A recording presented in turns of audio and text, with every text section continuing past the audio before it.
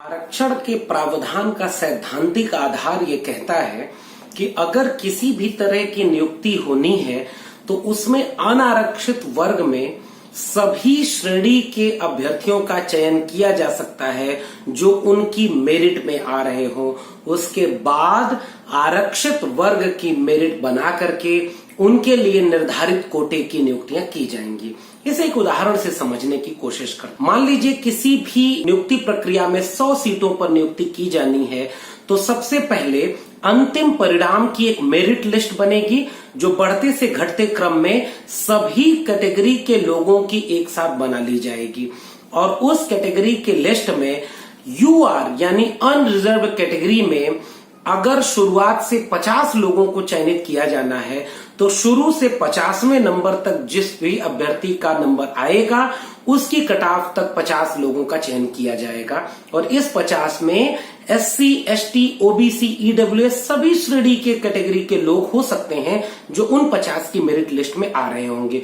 तो इस तरह से UR का कट ऑफ निर्धारित किया जाएगा। उसके बाद 15% SC के पदों पर नियुक्ति के लिए UR की कैटेगरी के नीचे से SC की कैटेगरी के 15 लोगों का चयन किया जाएगा। 15वां व्यक्ति जहां चयनित होगा वह SC कैटेगरी की कट ऑफ होगी। इसी तरह से 7.5वां व्यक्ति जहां चयनित होगा वह UR की कैटेगरी के बाद से 7.5वें व्यक्ति का कट ऑफ ST कैटेगरी का कट ऑफ होगा। 27वां व्यक्ति जो UR की कैटेगरी के बाद से चयनित होगा वह 27वें व्यक्ति की कट ऑफ OBC की कट ऑफ मानी जाएगी और 10वें व्यक्ति की कट ऑफ EWS की कट ऑफ मानी जाएगी। ये एक बुनियादी नियम है आरक्षण का।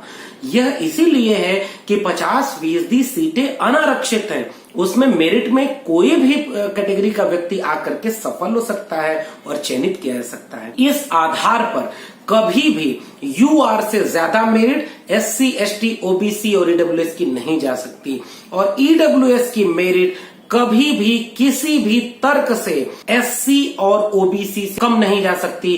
UR कैटेगरी यानी जनरल कैटेगरी जिसे कहते हैं आम बोलचाल की भाषा में, वह अनारक्षित श्रेणी, उसमें आने वाले सभी OBC, SC, ST को उस कैटेगरी से बाहर कर दिया गया और वो 50% अपर कास्ट रिजर्वेशन हो गया है। तो मान लीजिए 100 लोगों में से 27 लोग ही चुने जाएंगे OBC में, तो ऊपर से 27 लोग ऊपर ही भर जाएंगे, UR की कैटेगरी की मेरिट लिस्ट उससे नीचे जाएगी।